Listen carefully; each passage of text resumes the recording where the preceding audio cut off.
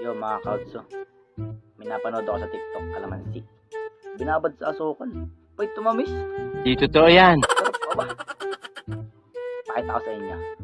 Papatikim natin kay Lolo Mac. Ito ha.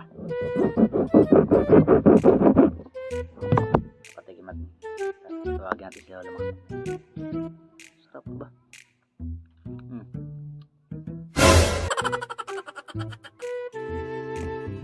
Tamis. Tawagin natin si Lolo Mac. Sabi natin matamis na. Legit. Lolo Mac! Hoy! Ito ka. Ano naman yun? Yung napanood ko sa TikTok. Oh. Bay tunay. Galing. Kalamay. Kalamansi, binabad ko sa asukal. Oh. Tunay. Galing. Paano? Sobrang tamis talaga. Ang dami ko na nakain eh. Di totoo yan. Sarap nga eh. Sarap. Binabad ko lang sa asukal. Wala nang asin. Tama ka. Tignan mo ka. Sarap. Walang kasim-kasim na. Tamis yan. Oo.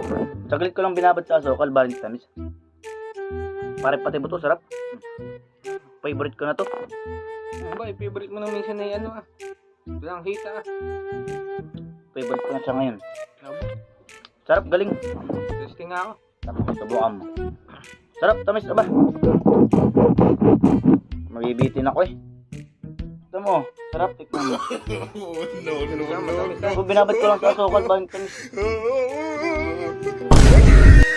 Oh. Kahit na. Sarap. Matamis ah. Bulaan ka. Asim. Tikman mo pa. Oh. Tamis. Baka iba yung nadampot mo ah. Ano yung tamis?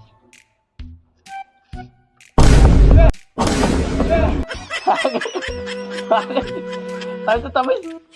Asim. Tingnan. Tingnan. Oh. Tamis tamis eh. Taruya ka. Nambog.